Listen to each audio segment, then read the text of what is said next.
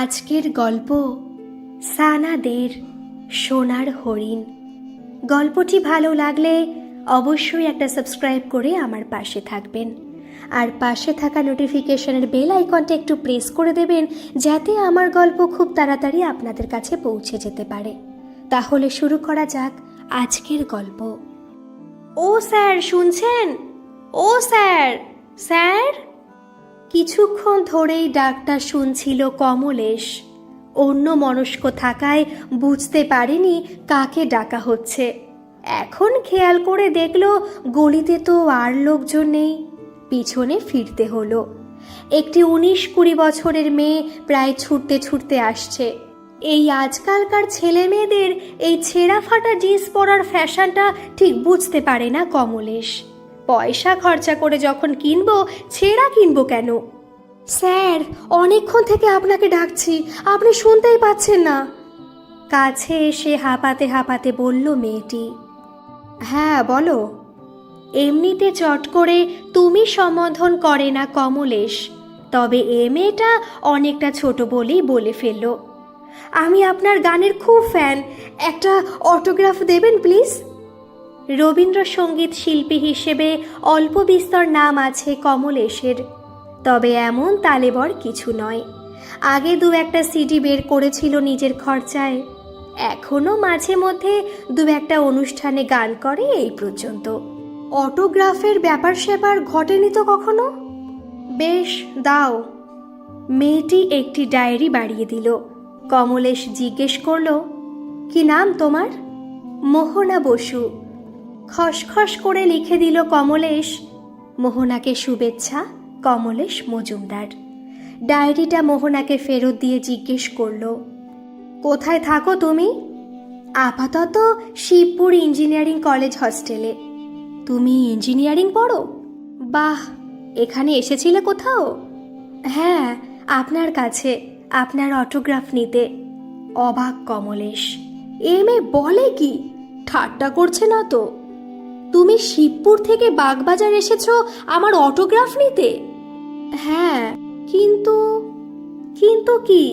কত কাঠখড় পুড়িয়ে আপনার ঠিকানা জোগাড় করেছি জানেন? তারপরও তো এসে দেখি বাড়ি তালা বন্ধ। আমি তো জানতাম না আপনি স্কুলে পড়ান। ফেসবুকে তো নিজের সম্পর্কে কিছুই লেখেন না। পাক্কা 2 ঘন্টা ওই মুদি দোকানের পাশে দাঁড়িয়ে আপনার জন্য অপেক্ষা করছি। পা ব্যথা হয়ে গেল। শুধু একটা অটোগ্রাফের জন্য? আজ তো বাড়ি নাও ফিরতে পারতাম। এভাবে কেউ চলে আসে? তাহলে আবার কাল আসতাম। দোষ তো আপনার। আমার? মেসেঞ্জারে যে এত মেসেজ করি, একটাও দেখেন? তাহলে তো মেসেঞ্জারে কথা বলেই আসতে পারতাম। অদ্ভুত তো, মেয়েটা সত্যি বলছে কি, নাকি অন্য কোনো ধান্দা আছে? না, আসলে আমি নিয়মিত ফেসবুক, মেসেঞ্জার এসব দেখার সময় পাই না তো, তাই হয়তো। স্যার, আমার একটা অনুরোধ আছে। পথে এসো বাপু। নিশ্চয়ই চাঁদা চাইবে, নাকি ফাংশনে ফিরিতে গান? হ্যাঁ বলো। আমাকে গান শেখাবেন? গান? গান তো আমি শেখাই না। কেন স্যার? আমি গান শেখাই না, তবে তোমার যদি গান শেখার ইচ্ছে থাকে আমি শিক্ষকের হদিশ দিতে পারি। আমি শিখলে আপনার কাছেই শিখব, নইলে না। আচ্ছা, ঝামেলায় পড়া গেল তো। আমি তো বললাম আমি শেখাই না, আসলে সে যোগ্যতাই নেই আমার। এটা মানতে পারলাম না। আমাকে শেখাবেন না তাই বলুন। যাক, অনেকক্ষণ অপেক্ষা করিয়েছেন, আপনার বাড়িতে 1 কাপ চা তো খাওয়াবেন। এবারে ভয় পেয়ে যায় 56-র কমলেশ। সে অকৃতদার, একা থাকে। মেয়েটাই বা কেমন? সম্পূর্ণ অচেনা মানুষের বাড়িতে এভাবে কেউ যায়? কে জানে বাবা, চোর চিটিংবাজ নয় তো? ভালো ভালো কথা বলে বাড়ি যেতে চাইছে, গিয়ে আবার ব্ল্যাকমেল টেল করে। না না, এসব কি ভাবছে সে? বাচ্চা মেয়ে একটা, তবে একটু ছিটিল তো নিশ্চয়ই। আচ্ছা চলো। বাড়ি এসে কলকলিয়ে ওঠে মোহনা। কি সুন্দর আপনার বাড়িটা!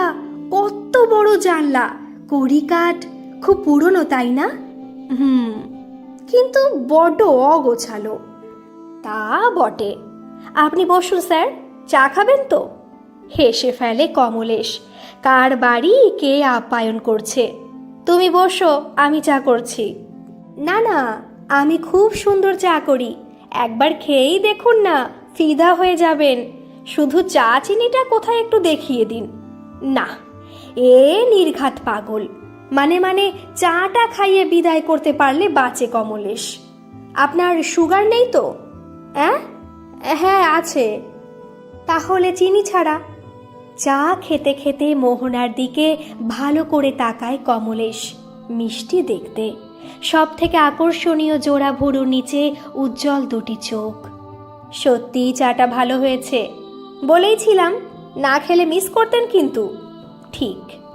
আপনি তাহলে কিছুতেই গান শেখাবেন না? আমি গান শেখাতে পারি না, তুমি বিশ্বাস না করলে আমি অপারগ। আচ্ছা, একটা গান তুলিয়ে দিন অন্তত, প্লিজ প্লিজ, একটা গান। কি গান? সে আপনার যেটা খুশি। গাইবে কোথাও? না না। তাহলে আবার আসার ছুতো। আর এবার যেদিন আসবো আপনার গানের বই খাতাগুলো গুছিয়ে দিয়ে যাব কিন্তু। এবারে বিরক্ত হয়ে যায় কমলেশ। আচ্ছা, গায়ে পড়া মেয়ে তো, বুড়ো মানুষের গায়ে পড়ে লাভটা কি? দেখো, আমি গান তুলিয়ে দিতে অভ্যস্ত নই, এভাবে হয় না। খুব হয়। আপনি গাইবেন, আমি রেকর্ড করব, আর দু একটা জায়গা একটু দেখে নেব। ও সে নিয়ে আপনি ভাববেন না, আমি তুলে নেব। আচ্ছা, কবে আসবো তাহলে? তুমি আবারও আসবে? রবিবার দেখে আসবো, তাহলে হাতে অনেকটা সময় পাওয়া যাবে। আমি তো সব সময় বাড়ি থাকি না। তাতে কি, ফোন নাম্বারটা দিন, ফোন করে আসবো। বাঁচা গেল, হাঁপ ছাড়ে কমলেশ। মাস 2 কেটে গেছে। এ ঘটনা আর মোহনা দুই প্রায় ভুলতে বসেছিল কমলেশ। মধ্যে 2-3 বার অবশ্য ফোন করেছিল মোহনা, কাটিয়ে দিয়েছে কমলেশ। পাগলের পাল্লায় পড়ে মরবে নাকি? হঠাৎই এক রবিবার কলিং বেলের আওয়াজে দরজা খুলে হতচকিত সে। এই তো, যাক বাবা, বাড়িতে আছেন। আরে এমন করে তাকিয়ে আছেন কেন? চিনতে পারছেন না নাকি? আমি মোহনা। তুমি? ফোন করলেই বারণ করেন, তাই চলেই এলাম। আরে সরুন তো, ঢুকতে দেবেন তো নাকি? এই দেখুন, বক ফুল কিনে এনেছি। আজ কিন্তু আমি রান্না করব, আর আপনার ঘরটাও গুছিয়ে দেব, যা অবস্থা করে রেখেছেন। আজ আমি ব্যস্ত আছি। ও, তাহলে চলে যাব? হ্যাঁ। কবে আসবো আবার? ধৈর্যর বাঁধ ভাঙে কমলেশ। আসবেই বা কেন? আমি কি তোমায় বলেছি রান্না করে খাওয়াতে কিংবা ঘর গুছিয়ে দিতে? ওটা কি তোমার কাজ? আমি অনেক ভদ্রভাবে বোঝানোর চেষ্টা করেছি, পারিনি। এখন পরিষ্কার করে বলছি, আমি গানও শেখাই না, আর এসব পছন্দ করি না। তুমি এসেছো যখন বসো, চা করছি, খেয়ে চলে যাও। ছল ছল চোখে কয়েক মুহূর্ত তাকিয়ে থাকলো মোহনা।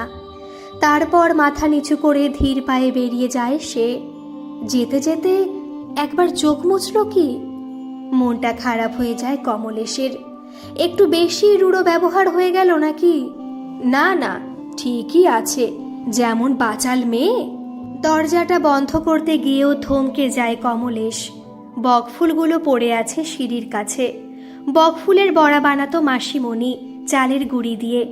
আহা, অপূর্ব খেতে, তবে বড্ড ঝকমারি ব্যাপার, তার কম্য নয়। ফেলতে গিয়েও ফেলতে পারে না সে। মেয়েটা বড় স্বাদ করে এনেছিল, কত দূর থেকে এসেছে এই সকালে, কে জানে কিছু খেয়ে এসেছে কিনা। সারাটা দিন একটা মন খারাপের কাঁটা খচখচ করে কমলেশের মনে। দুটো ছলছলে চোখের শিশু সুলভ চাউনি থেকে থেকে অস্থির করে তোলে তাকে। শেষে রাত্রিবেলা কল হিস্ট্রি খুলে বসতেই হলো। নাম্বার তো সেভ করা নেই, অথচ আননোন নাম্বার থেকে হামেশাই ফোন আসে, সুতরাং গাড়া কলে পড়তেই হয় দুবার। এবার কিন্তু ফোন করে ওপাশ থেকে হ্যালো পাওয়া যায় না। নিস্তব্ধতার অনুভূতি বলে দেয় এই সে। উত্তর দেবে না? রাগ করেই থাকবে? আমি স্বীকার করছি, ভুল হয়েছে আমার, সরি। নিজের কানে নিজের কথাগুলো অবিশ্বাস্য ঠেকে কমলেশের। এমনভাবেও কথা বলতে পারে সে, তবে কাজও হয়। ওপাশের কান্না ভেজা গলা সাড়া দেয় এতক্ষণে। সকালে খুব কষ্ট হয়েছে আমার। আমারও। মোটেই না। না হলে ফোন করি। বকফুলগুলো কিন্তু রেখে দিয়েছি, তুমি আসবে না? সামনের রবিবার আসতে আসতে ওগুলো নষ্ট হয়ে যাবে। তার আগে এসো। আপনার স্কুল আছে না? ছুটি নিয়ে নেব। আর কি গান তুলবে ঠিক করে এসো, আমি দেখিয়ে দেব। পরপর দুটো ক্লাস নিয়ে ক্লান্ত কমলেশ ধপাস করে বসে পড়ল কমন রুমের চেয়ারে।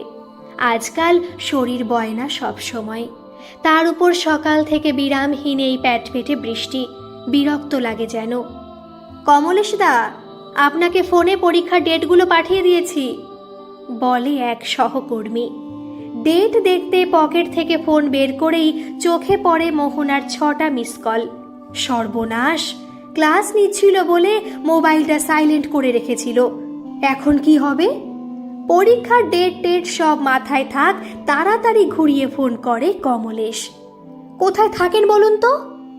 ক্লাসে ছিলাম তো। ক্লাসে ফোন সাইলেন্ট রাখি জানো না? ক্লাস থেকে বেরিয়ে যে ফোনটা দেখতে বলি সেটাও তো মনে রাখেন না। কোন দিন আমি মোড়ে টোড়ে যাব খবরটাও পাবেন না। বেশ হবে। আবার বাজে কথা। এর মধ্যে আবার এসব কথা আসছে কোত্থেকে? আকাশ থেকে। আজ দিনটা কি সুন্দর না? সারাদিন বৃষ্টি। সুন্দর, হ্যাঁ তা। একটা গান শোনাবেন? পরে না, এখন আমি তো স্কুলে, এখন হবে না। হবে, এটা ফোন না দেখার পানিশমেন্ট। তুমি না মাঝে মাঝে এত অবুঝ হয়ে যাও। আচ্ছা হোল্ড করো। অগত্যা বৃষ্টিতেই বেরোতে হয়। এই বয়সে আর যে কি কি করতে হবে। এমন দিনে বলা যায়, এমন ঘন ঘোর বরিশায়। এমন দিনে মন কি চায় বলুন তো? বুকটা ধড়াস করে ওঠে কমলেশের। কি খিচুড়ি?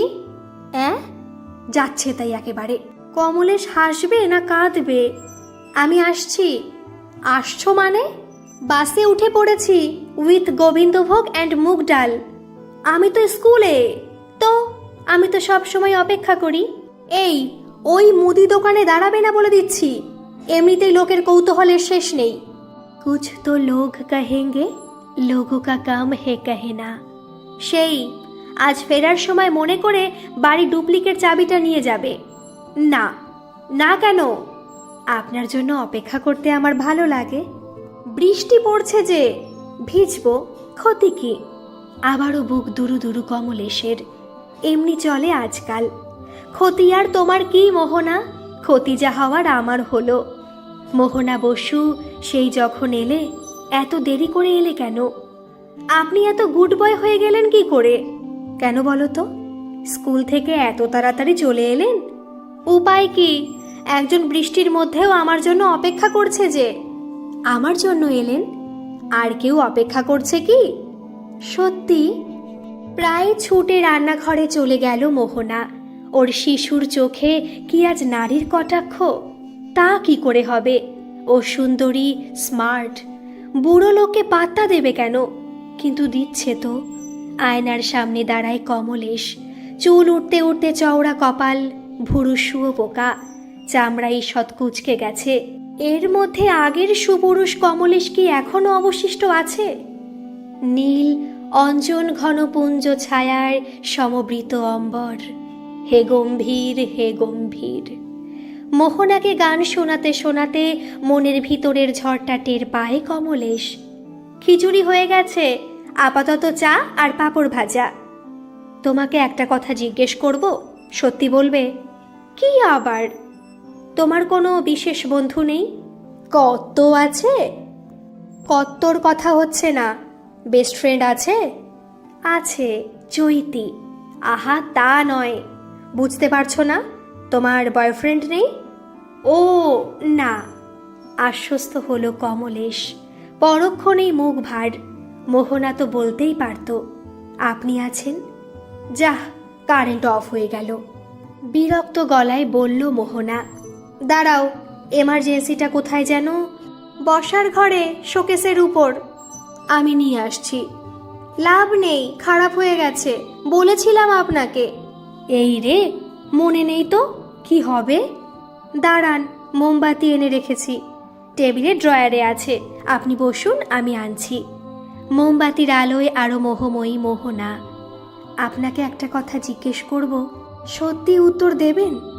এ প্রশ্নর জন্যই তো অপেক্ষা করছে কমলেশ গত 2 মাস। বলো, আপনার মনে হয় না আরও অনেক বেশি কিছু ডিজার্ভ করেন আপনি? একবার কি চেষ্টা করে দেখা যায় না? একবার নতুন করে শুরু করুন না। বটে, ওর কাছে সরে আসে কমলেশ। এই বয়সে লোকে কি বলবে?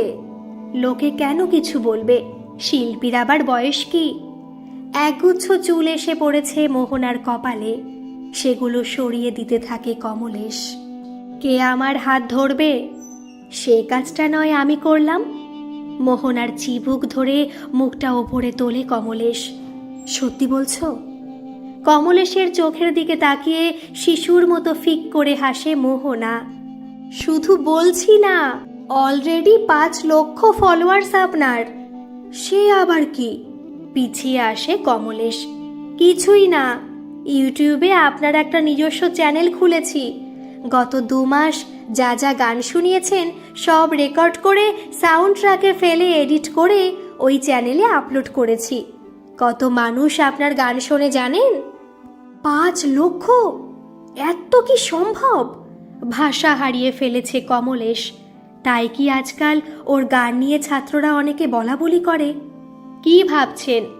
আরও একটা ভালো খবর দেওয়ার আছে, আমাদের ফেস্টে গাইতে হবে আপনাকে। এই প্রথম আমার খুব নার্ভাস লাগছে। অনুষ্ঠানের দিন গাড়িতে যেতে যেতে মোহনাকে জানালো কমলেশ। কেন নার্ভাস কেন লাগছে? কলেজ ফেস্টে রবীন্দ্রসঙ্গীত কেউ শুনবে? রবীন্দ্রসঙ্গীত সবাই সব সময় শুনবে। কি গান দিয়ে শুরু করি বলো তো? প্রাণের মানুষ দিয়ে শুরু করুন না। এই গানটা আমার খুব প্রিয়। লয়টা একটু বাড়িয়ে। আমার প্রাণের মানুষ আছে প্রাণে, তাই হেরি তাই সকল খানে। আপনা হতেই গুনগুনিয়ে ওঠে কমলেশ, পরক্ষণেই থমকে থেমে যায়। তুমি কি গান শেখো মোহনা? এমন প্রিলিউড নোট কোথায় পেলে? গানের চলনটাই বদলে গেল। এ তো না শিখলে। শিখি তো। আপনার কাছে? আমার কাছে? গান শুনে শুনে? তুমি এক বিস্ময় মোহনা। তুমি না থাকলে আমার জীবনটা একঘেয়ে ক্লান্তিকরই থেকে যেত। তুমি এভাবেই থাকবে তো আমার পাশে? আমি আপনার ফ্যান, আপনার গানেই আমি বেঁচে থাকি। ও বাবা, এ মেয়ে আবার নাটক টাটক করে নাকি? নাটকের সংলাপ বলছে যেন। মঞ্চে উঠে দরাজ গলায় প্রাণের মানুষ দিয়ে শুরু করে কমলেশ। শ্রোতাদের কাছে যে এমন সাড়া পাবে ভাবতেই পারেনি। পরপর বেশ কয়েকটা গান গেয়ে নামতে যাবে, গানের অনুরোধ এলো। আপ্লুত কমলেশ। স্টেজ থেকে নামতে নামতে কতজন ঘিরে ধরল ওকে। এদের অনেকে ইউটিউবে ওর গানও শোনে নিয়মিত। কতজন বাড়িয়ে দিল অটোগ্রাফের খাতা, কিন্তু যে প্রথম অটোগ্রাফ নিয়েছিল সে কই? The number is presently not reachable. মোহনাকে যতবারই ফোন করছে একই কথা শুনছে কমলেশ। কোনো মানে হয়? স্টেজে ওঠার আগেও তো সঙ্গে ছিল, কোথায় যে গেল? এ মেয়ের মাথায় ছিট পায়ে সর্ষে, কখন কোথায় যায়? এখন কি করবে কমলেশ? এত ভিড়ে কোথায় খুঁজবে? বাধ্য হয়েই উদ্যোক্তাদের একজনকে জিজ্ঞেস করতে হয়। মোহনা বসু, এই নামে তো কাউকে চিনি না। আমার সঙ্গে ছিল যে মেয়েটি। হ্যাঁ, তা তো ঠিক খেয়াল করিনি। এখানকার হস্টেলে থাকে। হস্টেলে মোহনা বসু বলে কাউকে তো চিনি না। কি ইঞ্জিনিয়ারিং পড়ে? এই রে, এতদিনে সে কথা তো জানা হয়নি। শুধু কি তাই, বাড়ি কোথায়, ঠিকানা কি, কিছু তো জানে না কমলেশ। বুকের ভিতরে উথাল পাথাল শুরু হয়। আচ্ছা, আপনাদের কাছে আমার নাম রেকমেন্ড করেছে যে মেয়েটি, বুঝতে পেরেছেন এবার? হ্যাঁ হ্যাঁ, বুঝেছি। চিনেছেন তাহলে? হালে পানি পায় কমলেশ। কিন্তু সে তো আমাদের ইউনিভার্সিটির মেয়ে নয়। উনি আপনার গানের চ্যানেলটা দেখাতেই আমাদের জিএস রাজি হয়ে গিয়েছিল। যাক স্যার, উনি তো আর হারিয়ে যাবেন না। চলুন আপনাকে গাড়িতে তুলে দিয়ে আসি। পৃথিবীটা দুলছে কমলেশের, গলার কাছটা ব্যথা করছে। তুমি তাহলে হারিয়ে গেলে মোহনা বসু? ঠিক তখনই ওর কানে কানে কে যেন বলল, আপনার গানেই আমি বেঁচে থাকি। আমি গাইব মোহনা, তোমাকে বাঁচিয়ে রাখতে হবে তো। শীতটা এবার জাঁকিয়ে পড়েছে। সান্ধ্য ভ্রমণ সেরে ফিরছে সাহানা। চাকরিতে অবসর নেওয়ার পর আজকাল বড় বিষণ্ণ লাগে ওর। হঠাৎই কানে এলো একটা মেয়েলি কণ্ঠস্বর। ও ম্যাডাম, শুনছেন? ও ম্যাডাম, একটু শুনুন না। কাকে ডাকছে? রাস্তায় আর কেউ তো নেই। ফিরতে হলো। একটা 19-20 বছরের মেয়ে ছুটতে ছুটতে আসছে, পরনে একটা ছেঁড়া ছেঁড়া জিন্স আর টপ। হাই ম্যাডাম, আমি মোহনা বসু, আপনার লেখার ফ্যান। কি যে ভালো লেখেন আপনি, একটা অটোগ্রাফ দেবেন প্লিজ?